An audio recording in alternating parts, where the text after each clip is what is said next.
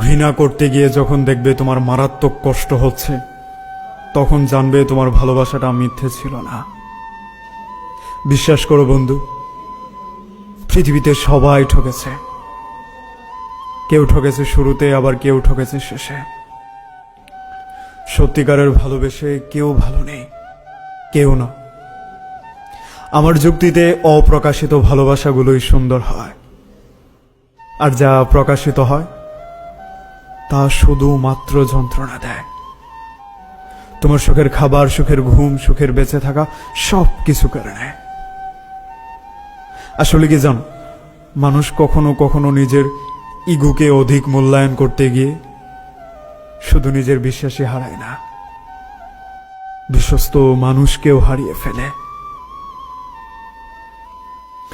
একা যেতে চাওয়ার চলে যাওয়া দুটো এক নয়।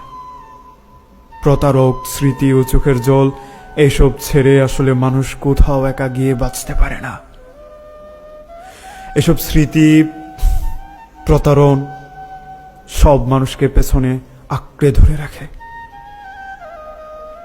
আসল ব্যাপারটা কি জানো, মাঝে মধ্যে মনে হয় কিছু মানুষের সাথে যদি আমাদের পরিচয় না হতো, তাহলে হয়তো জীবনটা আরো অনেক সুন্দর হতো, আরো বেশি উপভোগীও হতো।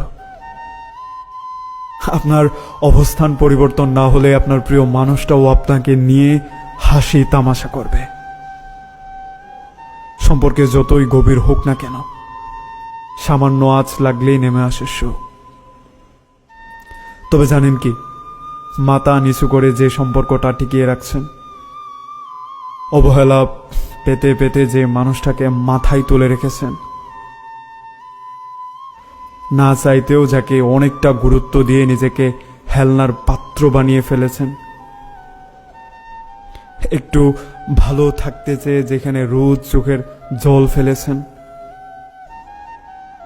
সেখানে আসলে আপনি আপনার মূল্যটা হারিয়ে ফেলেছেন।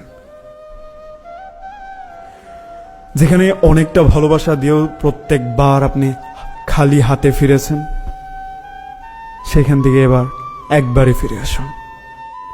আমি সত্যি বলছি, সেখানে আপনার অনুভূতির কোনো মূল্য নেই। সেই মানুষটার কাছে আপনার একাধিক ভালোবাসার কোনো মূল্য নেই।